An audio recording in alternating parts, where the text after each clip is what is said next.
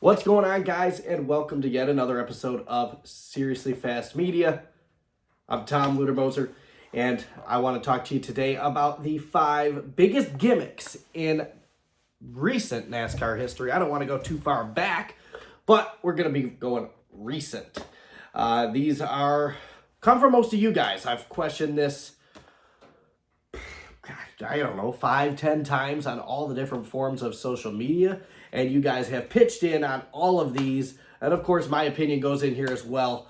And this is why I think each of these are the biggest gimmicks in NASCAR. Before we get started, thank you guys for checking out the video. Make sure you go down here. It should be somewhere right around here or here on your screen. Make sure you hit that subscribe button. Make sure you hit that bell icon to get notified when we do some more videos. We got some really cool stuff going on, including what I am going to be seeing as a growth in Seriously Fast Media, and that is the addition of other racing series. Of course, I'm a NASCAR fan. I know a ton about NASCAR. I'm a nerd. What can I say? I'm a nerd. But with that being said, we want to start adding some other type of motorsports racing series into Seriously Fast Media. Each of the video segments are going to have their own label, have their own name, so keep an eye out for that starting in 2022. Going to the Daytona 500 this year, or this upcoming year, a couple days away from being this year, with Kyle Smith, aka Michigan Diecast, on Instagram as well as here. And we're going Daytona 500, guys. It's going to be exciting. And at Daytona, we're going to have some pretty cool news that we're going to be announcing to you between the two of us collaborating potentially. Details are not 100% set in stone, but we are getting there. Nonetheless, you guys came here for the gimmick video, so here it is. We're going to start with number 5. Number 5 is street courses. It is a non-officially implemented suggestion of races. Street courses. IndyCar tried it in Nashville this year. They've got tons of them throughout different types of motorsports. Street courses are cool. They're very fun. They're very unique races. Very sharp corners, of course. I mean, there's not too many angled curves when you're going downtown in any type of city. With that being said, in NASCAR, we don't exactly do the whole 90-degree left or right-hand turn. We have very, very few of them in NASCAR in any of our in any of our racetracks. But NASCAR did tease at the implementation of a street course this summer in the iRacing Pro Invitational Series. There's another gimmick for you. They ran a City of Chicago street course, and I wasn't a huge fan of it. Obviously, it's iRacing. It's very different, but nonetheless, I think it's gimmicky. I don't think NASCARs are very heavy. Obviously, with the next-gen car, the way they handle, the way they perform, it's going to be a very, very different beast. But with that being said, I still don't think NASCARs are the type of car that should be running a street course. Number 4 is the implementation of that Game 7 moment, that win and you're in playoff system. Well, guess what? Personally, I'm a huge fan of the playoffs. I love the playoffs. I think it gives the Game 7 moments. I think it gives fantastic opportunities to teams who otherwise would not have a chance. Michael McDowell. To get into the playoffs off a win. And lots and lots and lots and lots and lots and lots and lots and lots and lots and lots and lots of fans have said that they're not fans of the playoff system. They hate the playoff system. I want to know who's going to win the championship 3 races before the end of the season and blah, blah, blah, blah. It's tiring, guys. It's here. It's not going anywhere. Phelps has said it. I mean, NASCAR has said it over and over again. The playoffs are not going anywhere.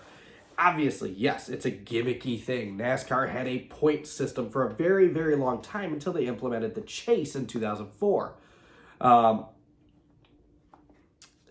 Obviously, the most consistent stacking of wins and points gets you the championship, gets you to be the NASCAR Cup Series champion. Last time we had that, they called it the Winston Cup Series. I mean, it's just very, very different now than it was 20 years ago. And every 10 to 15 years, things change.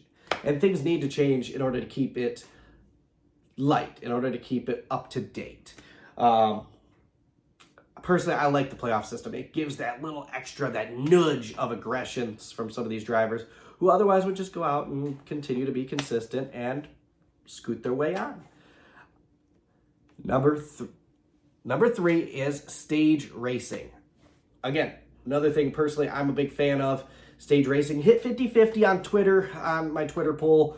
Some of you guys are really big fans of it. Some of you guys hate it. Personally, I like stage racing. Again, it just gives that little extra nudge and that push to some of these drivers to maintain being competitive instead of just consistently rolling through.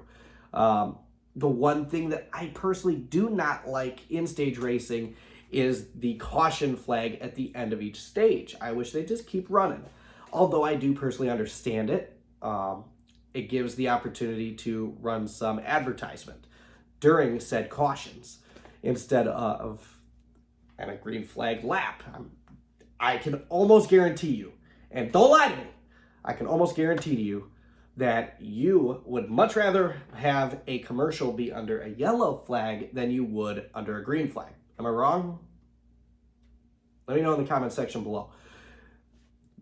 Again, personally, I don't like the the green-white checkered flag at the end of each stage. I don't like that that caution flag being flown, but it does bring that little extra push. I grew up in the early 2000s watching NASCAR. I grew up in the late 90s where fuel strategy, tire strategy, pit strategy made a huge difference. And nowadays, the pit strategy is who can have the fastest pit stop. That's the only pit strategy. 2 tires, 4 tires, half a tank. You're going to do a splash and go 2 tires. What are you going to do to try and get that edge on the... But then you got to restart. Are those 2 tires going to hold up on that restart? So the pit strategy is there, just in a completely different way. We haven't seen too many fuel mileage races come out of NASCAR in the last several years. Obviously, we see some at road courses. For example, Chase Elliott's first win at... why am I brain farting? At Watkins Glen. He ran out after he passed the start-finish line. He beat Martin Truex Jr., who ran out of fuel. I personally think he would have held him off if Truex didn't give him a little nudge at the end there. Truex isn't that guy. He never really has been. He's had opportunities and never done it. But nonetheless, it just pulls away that fuel strategy. And personally, I kind of miss it. Number 2, running in the rain. Obviously, this is no new thing to NASCAR. The Xfinity Series has been running in the rain at road courses for a long time. Obviously, it has been few and far between. We've had a race here, had a race there that was run in the rain, but nonetheless, it's not a guaranteed thing. The Cup Series hasn't done it in very, very, very long time, and NASCAR has implemented it at the beginning of last year in 2020, where they would start to run Cup Series races in the rain. Personally, again, I'm a fan, but I'm also not a fan to a certain extent. I am a fan because it brings that little extra out on road course racers. You gotta have that little extra talent to do it. It's a little tougher to control the cars. It's a little harder to see. But on the other hand, I hate it because COTA, for example, everybody says, "Oh, we should take COTA off the list. It's dangerous." Shut up. No, it was raining way too hard. I think NASCAR needs to know when to say no. In my personal opinion, obviously you guys can agree with me or not. That's why it's my show, not yours. These are my opinions, not yours. I think NASCAR should not run in anything heavier than a light rain. I think that NASCAR should run these Cup cars in a light-ish drizzle, heavier drizzle, or just wet. From that range to that range. They should not go in a consistent rain. They should not run in a downpour. It became dangerous. We saw that at COTA. The 19 and the 41. I mean, it was an obliteration of those two race cars just because no one could see the flipping racetrack. No one could see in front of them. And those lights at the back of the cars that flash to let you know that there's somebody in front of you, it clearly didn't help. Plus, you lock up the tires, you slide on. Just a little interesting if you're, say, just running in the wet. And by in the wet, I mean just a wet racetrack. I don't mean raining like they talk about in Formula One. So I do think that NASCAR does need to take a look at that and make decisions on that. COTA, they threw the red flag and gave the win to Chase Elliott after Kyle Larson was running him down there. Towards the end there, I don't think they really needed to throw that race quite yet. The rain was kind of letting up. If it was downpouring, okay, absolutely, end the race. But NASCAR has also talked about and practiced using rain tires on short tracks, flat short tracks like New Hampshire, Martinsville. So far, it doesn't seem like we're going that route. Last but not least, and this one's my opinion. You guys voted those four. This is my opinion. This is the biggest gimmick. I don't even want to say in recent NASCAR history. I want to say in NASCAR history. And that is, it's kind of twofold. NASCAR Cup cars running on dirt. Oh my God, ban, ignore, click, block. I get it, guys. I know a lot of you guys are stone cold dirt fans. I love watching the trucks run at Eldora. Before you hit that block, before you hit the ban, before you end the video, give me a thumbs down, any of that. I really enjoy watching the trucks run at Eldora. They're trucks. Trucks running dirt.